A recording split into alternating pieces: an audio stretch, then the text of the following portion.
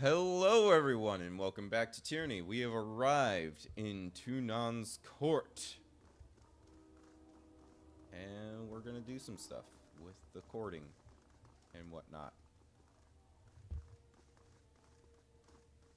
Okay, we got disfavored, we got chorus. You call yourselves officers of Kairos' army, but your conduct falls short of my expectations. The court finds your accounts of Vendrian's well lacking, rife with misdirection and fallacy, fouled with baseless accusation. The shadows beneath Tunan's cloak darken and flare around him. Murmurs of unease erupt in the court. I'm gonna listen. Albatronus, Your Honor, I have relayed the events as I experienced them. You can well imagine why my version conflicts with his. She makes a dismissive gesture to the Scarlet Chorus representative. On my honor and on that of the great general, I would sooner snap my sword than perjure myself before you, Archon. Oh, so you imply that falsehood comes easier to my lips than yours? You're a fool if you believe the Archon of Justice won't see through your lies because his favored think themselves better than an honest gang. Now it's Bloodmulch speaking. Silence. The contradictions in your statements will be examined, and falsities threshed from truths. If we find you have perjured yourselves, Bled and Mark will see to your fate. The Archon turns and you feel his gaze upon you. Fatebinder, we will start with the matter of the Archons. Graven Ash and the Voices of Nerat have declared war upon each other. In addition to violating Kairos' peace, they have thrown the conquest of the Tears into disarray. By all accounts, these hostilities began shortly after your arrival. Tell us what transpired. Well, I ain't lying. That's the third option. The Archons could not agree on who should lead the siege, and descended into accusations of treachery. It seemed a mutual spat. The Archons have been of different minds since the start of war. Let's start with the first one. The disfavored were more deserving of the honor. Our tactics and training outmatched the Vendrian Guard at every turn. What balderdash! The disfavored couldn't tip over a straw head if they had a week to strategize. Our howling mob was better equipped to overwhelm the Vendrian Guard. Our recruits were ready to throw themselves at the enemy. If only Ash and his legion would agree to a plan. The Fatebinder presents testimony. I warn you both against speaking out of turn. Something more than a mere disagreement unraveled this campaign. But I will return to that in time. Let us speak of Ascension Hall. From all accounts, it would seem you were instrumental in its capture, or so the petitioner of the Scarlet Chorus testifies. The disfavored commander has a dimmer view of the matter. Lend me your perspective. I joined with the Scarlet Chorus. We took the Citadel with an unstoppable advance. The edict meant certain doom if the siege failed. So why, when your survival depended on it, did you join your strength to the Scarlet Chorus and not the elite disfavored?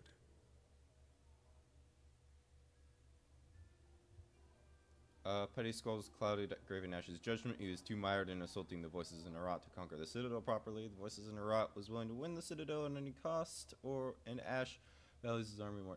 I think the first one, Petty Squabbles clouded at Graven Ash's judgment, is better. For a long while, the adjudicator hovers in silence, shadows trailing from below his robes. I will consider this testimony at length. The court thanks you for it. Is there anything you wish to add at this time? I've told you all that I know. Your testimony is accepted by the court. The statements of our guests raise questions in my mind. There is much about this campaign that has caused me to wonder. A shipment of iron weapons was short on arrival. Where coveted iron is concerned, I don't believe it to be a clerical error. One of my agents recovered this seal in Echo Call. It belongs to a merchant collective. Lethian's Crossing is teeming with their kind. If you would root out treachery, I would advise starting there. Petitioners, leave us. I would have a private audience with the Fatebinder. Ascend and join me. You will find the way opened. Nice. Will do.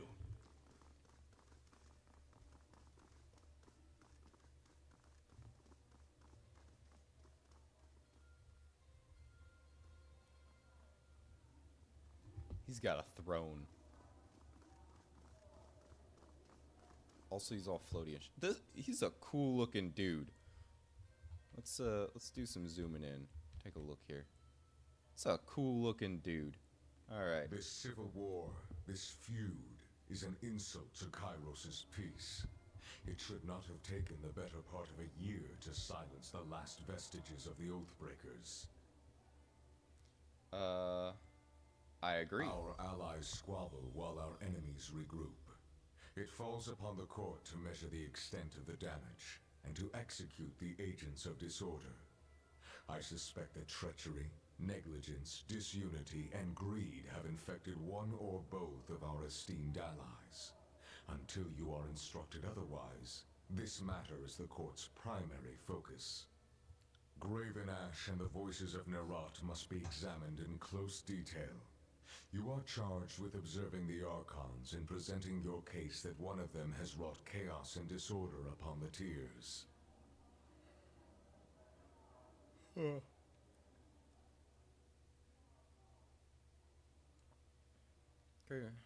You are charged with observing the Archons and presenting. I will make this my mission, Your Honor. As always, you will be held accountable for what you do in the court's name. But you are free to conduct your investigation in the manner of your choosing. You must expect lies, misdirection, and manipulation. Suffer not such obstructions of justice. They say the voices of Nerat holds you in higher regard than most. Use this alliance to enter his confidence.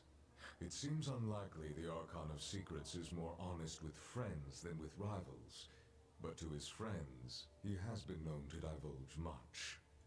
The disfavored will likely be less cooperative with your investigation.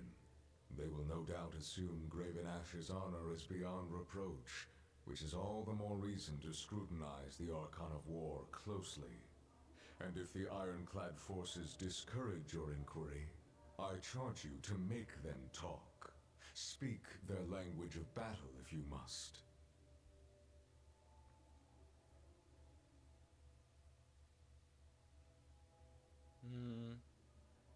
I shall speak with the Archon of Secrets.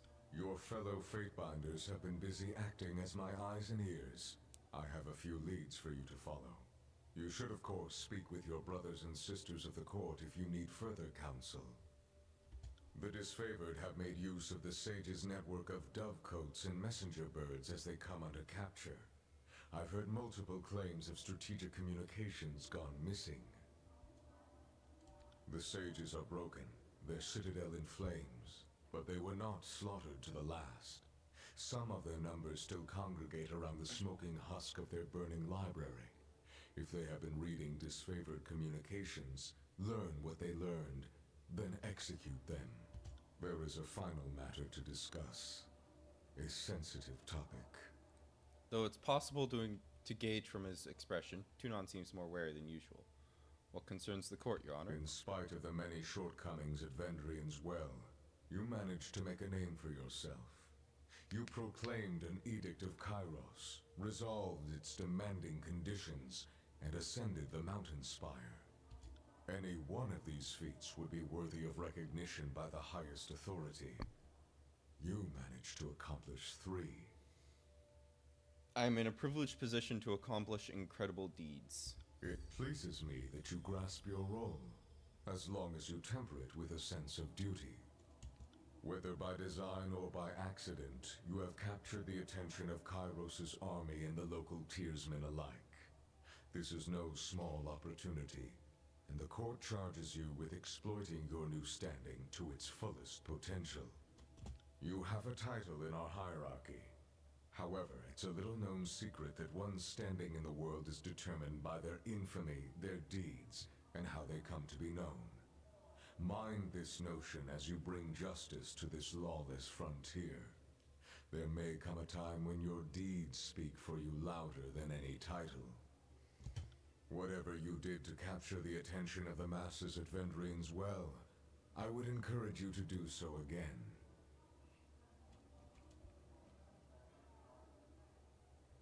Understood. I will be known as a champion of justice. Good.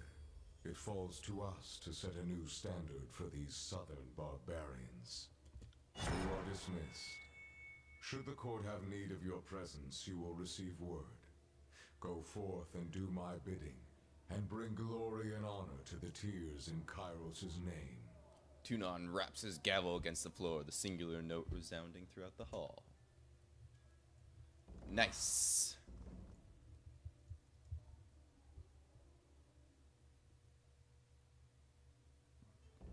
Oh, this favored are here. I would like to speak with them. Oh, these are the other fate binders. Let's talk to them. Alright, you gain favor with Tunon. Mavernell, you return unscathed and more acclaimed than ever. As seems to be your way, the fate binder of war claps you good-naturedly with excessive strength on the back. Come, you must regale me with all that your journey has held. I could use a moment of respite between friends. He regards you with a warm, boisterous smile. Okay. Oh. I've level 3 favor with Tunon. Okay. God damn, I just keep getting favor with Tunon. Word has reached me regarding your negotiation tactics at Apex. I must admit, I'm impressed you made any headway with the Southern Wretches. If they are open to reason, it would seem that they aren't as ignorant as the Archon of War would have us believe. Come, let us speak freely.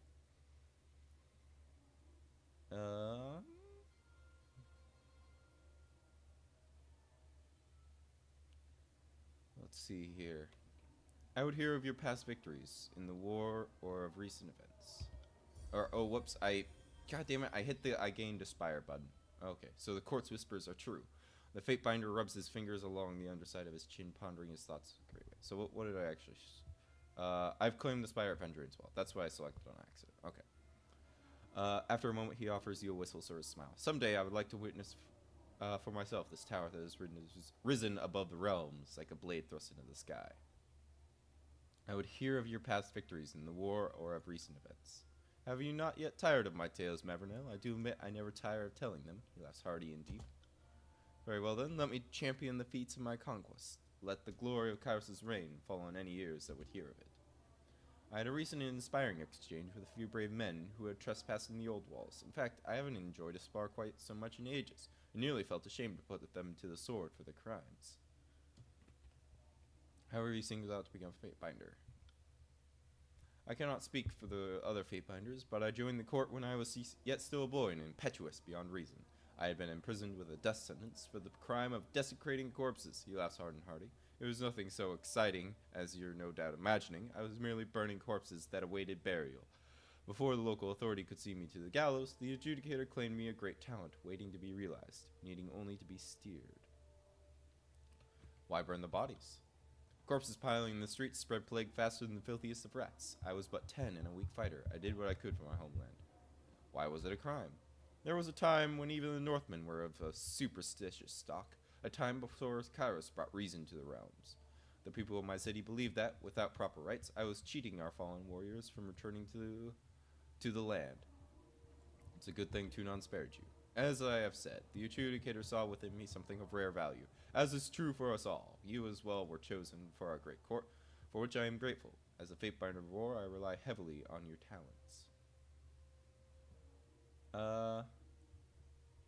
Very well. I think that's all I need from you. What am I the fate binder of? What's my title? Fate binder Kellio. Fate binder Kellio. Mavernell, you've returned to the fold. Your exploits in Vendry as well are the matter of some discussion. The fate binder of balance regards you with discerning eye, and for a moment you feel as if she is trying to peer into the very depths of your mind. What can I do for you? She touches a gentle hand to my shoulder. Has anything happened while I was away? There have been whispers that Karen grew disloyal to Graven Ash's command during the campaign in Azure. I took up mantle of investigation near Plainsgate, and judging the rumors to be true, dispatched Karen by proclaiming Kairos' edict of stone. The very earth turned against the traitorous Archon, as the region split asunder in righteous judgment. Nice. Cool. How have you occupied your time?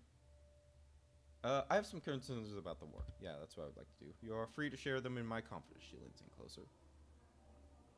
We cannot crush the opposition. Bloodshed and brutality reign supreme. Peace cannot follow such cruelty. Armies squabble each other. Divided, we cannot win. I'm less concerned about the armies than the Archons themselves. There can be no order when mountains collide. Who would you see as champion? Neither. They're both at fault and equally inept. And then who would lead our advances, or be left to deliver Kyros's peace? Would you wear this responsibility as a crown upon your head? You may find it a heavy burden to bear. You misunderstand my intent. Fatebinder studies you with a knowing eye. Do I? Huh. Interesting. I'd like to know more about Tunon. Tunon is our overlord's fair and exacting adjudicator. He speaks with the voice of Kyros's law, and his word is judgment. All of this and more you can learn by asking him yourself. Go on, or does he intimidate you still? She chuckles softly. I jest, of course. Farewell. Alright, I have gained nothing useful from these people. Fatebinder, you return. Rogalus looks at you up and down with scrutable expression. You look as if you have questions for me, Untangle. Ask, I am feeling generous.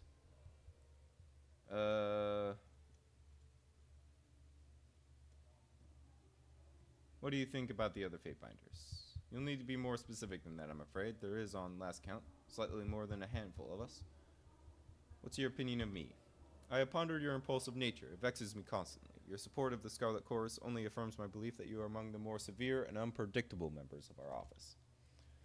You'll need to be more specific. Okay, Fatebinder War. Nunavol's keen, brash, and a hardy braggart with a fondness for bloodshed. He can be utterly unbearable at times. His justice is fair, even if he skews toward rather exacting and uncompromising punishments at times.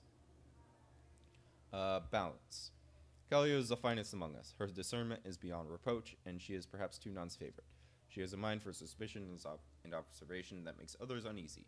We who operate within the confines of the law have nothing to fear, of course. Let's talk of something else. What can you tell me about the old walls in the Bane? What about the old walls? We know little enough about the ancient structures, save that they predate all historical record. The forbidding ruins crisscross the tiers and north alike, centuries before we raised our cities. The only one old enough to guess is likely Kairos. Tell me about the Bane. The Bane are found in the old walls, but much of their defining qualities still escape me. They are creatures of smoke, claw, and fang. If you find yourself unfortunate enough to fight one, remember that spells are effective against them, but grab the attention of others lurking near. Interesting. Let's discuss something else. I want to talk about the sages. I will not speak of the sages. They are no better than charlatans and cons, wholly selfish in their ill pursuit to hoard all knowledge from others. They are self-blinded by their own deceptions and clever manipulations. They alone cause their own undoing, and are solely to blame for the burning library, one of the most grievous of wrongs in the known histories, for which they can never be forgiven. I'd like to know more about the tiers, then. And the political entities of the tiers are essentially split between the bastard tier, the younger realms, and the free cities. Of which would you like to know? I would like to hear about the free cities. There are 3 free cities remaining: the last harbor, Spirals Maw, and Barris in Chains. The first and strongest of the free cities was the Setting Sun, which Chaos crushed in 429 with the Edict of Tumult. After that, the remaining free cities were quick to surrender. Oh no, Bastard Tier. Bastard Tier is the most northern of the tiers and was the first to bow to Kairos' reign. Though the knee they bent fell unwillingly, Kairos had his eye on the Bastard Tier for many years before he marched on our capital city. This is the hub of trade and commerce. Claim the markets and the people will follow. I'm curious to know about the younger realms. Younger realms sprawl the middle and southernmost tiers and can be cataloged as follows: Apex, Azure, Haven, and Stalwart. Azure was renowned for its exceptionally fertile land, which fed the whole of the tiers. That was before Kairos' Edict of Stone blighted the land. Stalwart is also worth mention, for it comprises the whole of the southernmost tier and provides the most toughest and most defensible of the realms. It is often said that the other realms will not fall while Stalwart still yet stands. The local army wages bitter war against the disfavored. Though the Edict of Storms has cut off the best of their defenses, it is only a matter of time before Stalwart falls. I think that's enough. We have done enough talking. And let's head on out. And, oh, what is this? Hello. Oh, hello, Bledenmark. Oh, he's just got a black spot. Welcome back, kid. Amusing as it would have been to watch the edict dropped, I guess I'm glad you lived. Bledenmark, Archon of Shadow, rouses from a faraway stare, turning to face you with a wry smile. Though he stands still, he seems to sift in and out of the shadows that shroud him. Oh, he doesn't like me, because I sided with a Scarlet Chorus. Sided with a Scarlet Chorus, huh? You like secrets and trickery? The Archon gives you a long stare, punctuated at the end with a short sneer.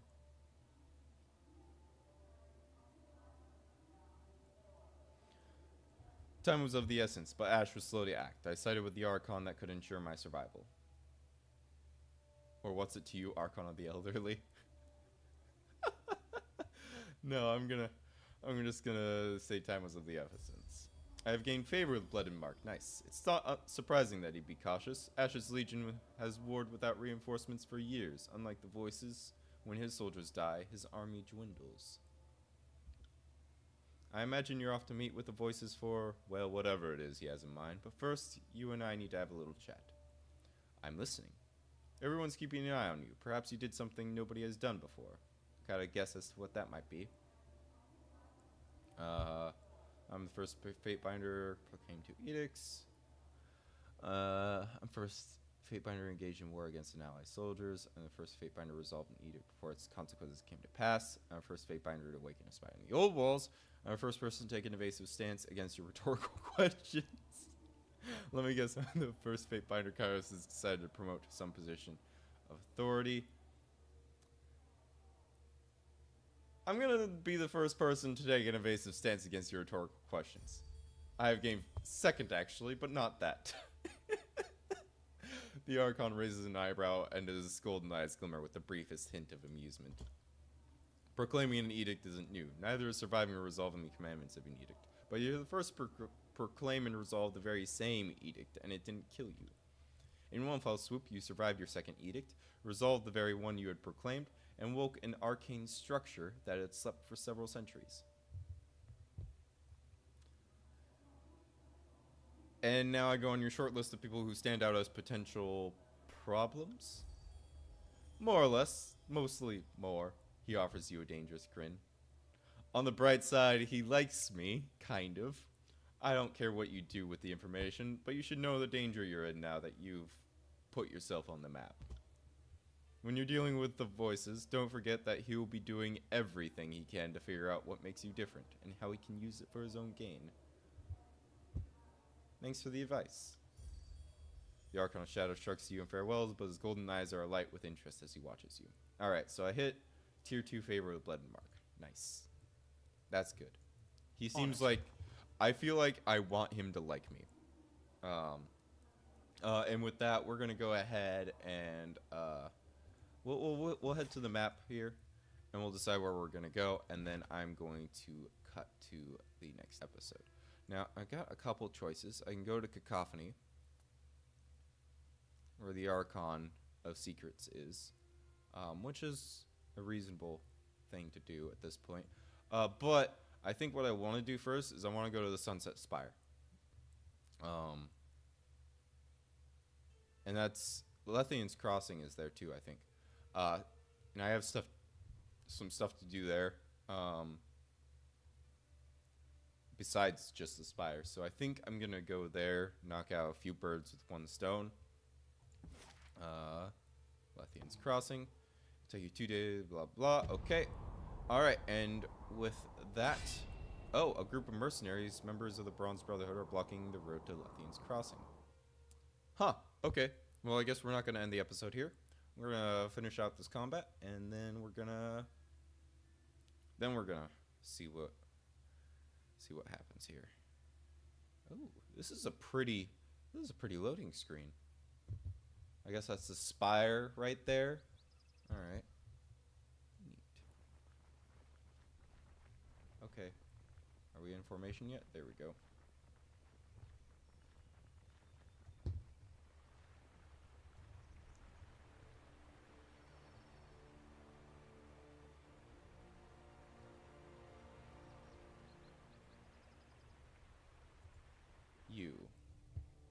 Welby, a tall woman stands here surveying the area from a small overlook. She glances at you and immediately goes back to her watching her surroundings. Welcome to Ironhall Trail, Fatebinder of Tunon.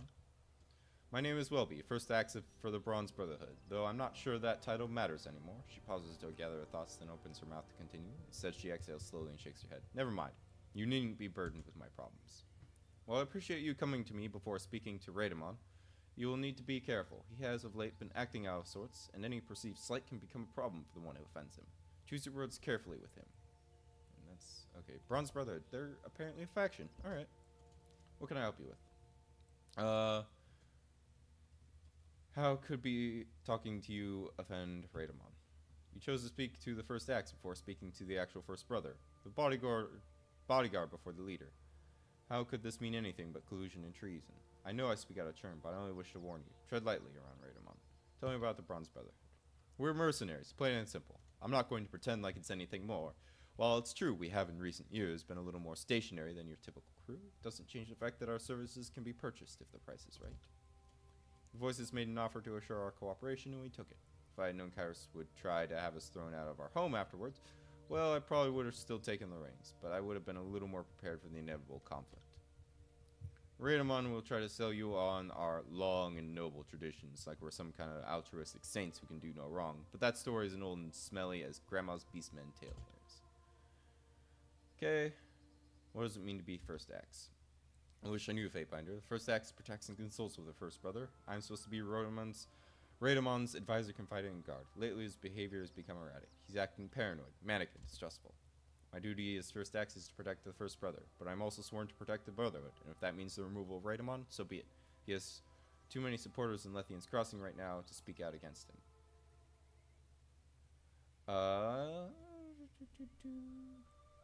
What do you think's happened to him? Honestly, I couldn't speak to the cause. The stress of leadership, the battles with Kairos' forces, his night in the Old Walls, Welby shrugs. Doesn't matter, his behavior is endangering the Brotherhood, and it must be stopped before we are destroyed. I fear people will be hurt by far more than a simple toll. He is over there searching corpses, looking for information I know he's not going to find. He ambushed a patrol, he's going to anger an Archon. And for what? His pride? Okay. Let me ask you something else. That's all for now. Will do.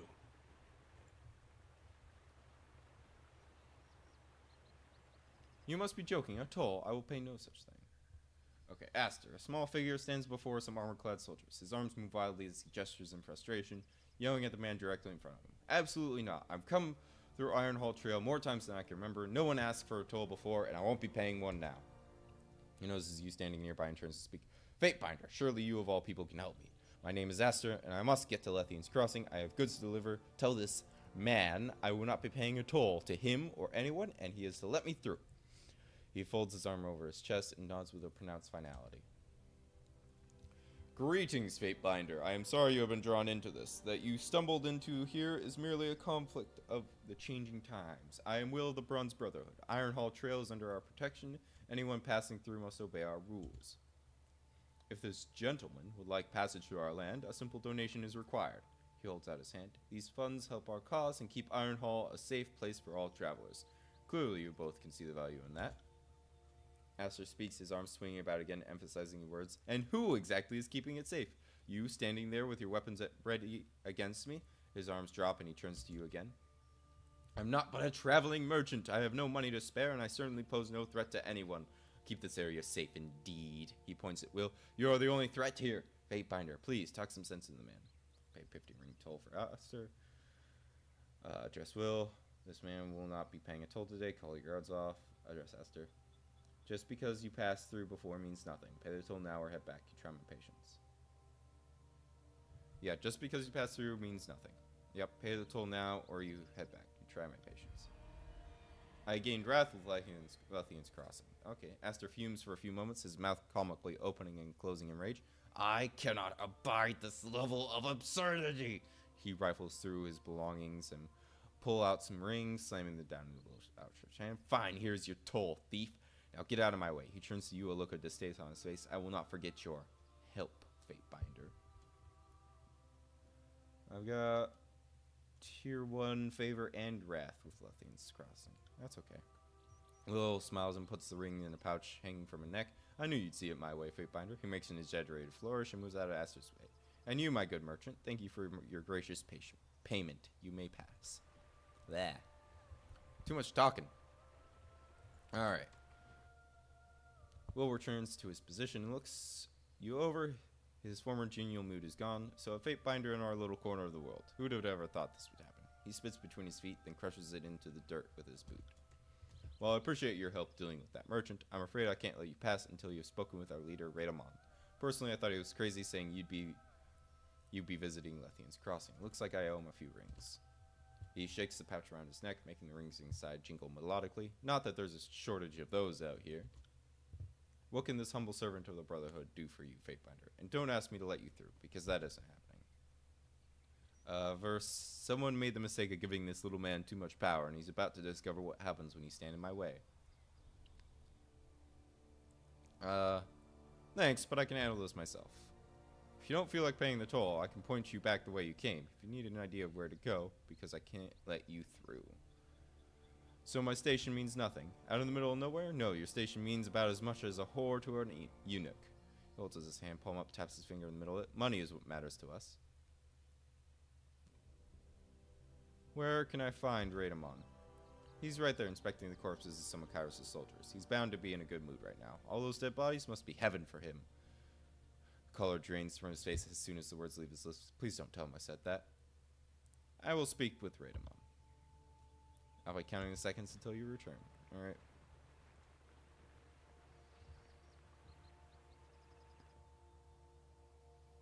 Well, you're talking to Will, a striking man with shock of bright blonde hair approaches, moving away from some men searching bodies of slain soldiers to the south. He watches you intently as he closes, his angular features pulling into a look of disdain. And here's the Fatebinder. He doesn't mask the displeasure in his voice. I knew we'd see you. I was just wondering when. What brings you out here, where no one asked you to come? Are Kairos' dogs ready to be put down again? I won't surrender the crossing, no matter how many times you try to take it.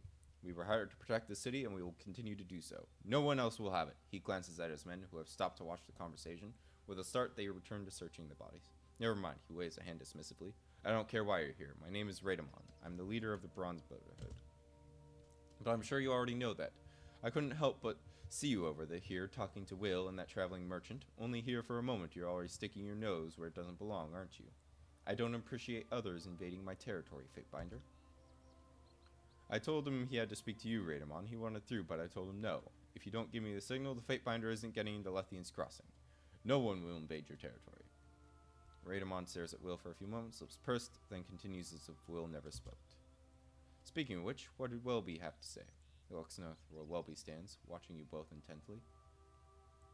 Has she already started filling your mind with lies about me? She and I are going to have a chat soon. I can't have my first acts countermanding me at every turn. I know she wants my position.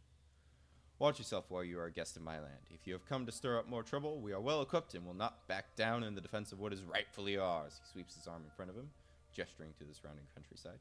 Welby and I might not always agree, but that is one point we see eye to eye on. If you step out of line, we will both correct you. His eyes narrow and he leans toward you. You are not welcome here. Now tell me what you want or leave. Excuse me, BattleNet. God damn, this is a long conversation.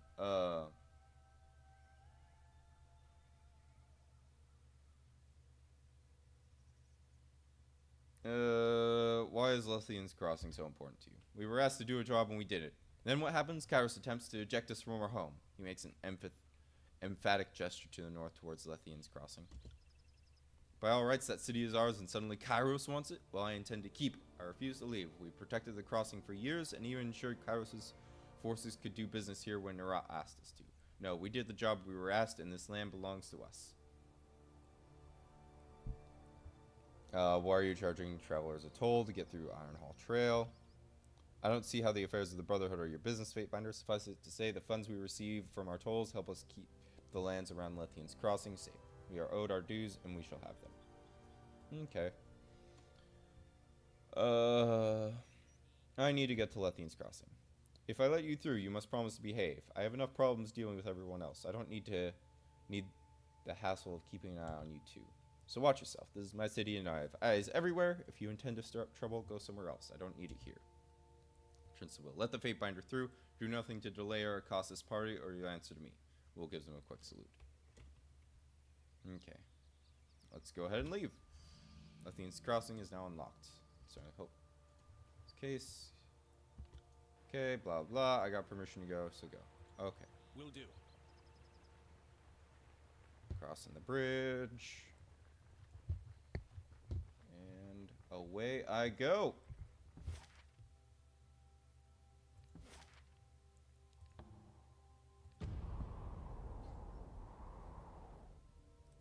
And with that, I am going to call this a cut for sure. If you enjoyed this episode, like, comment, subscribe.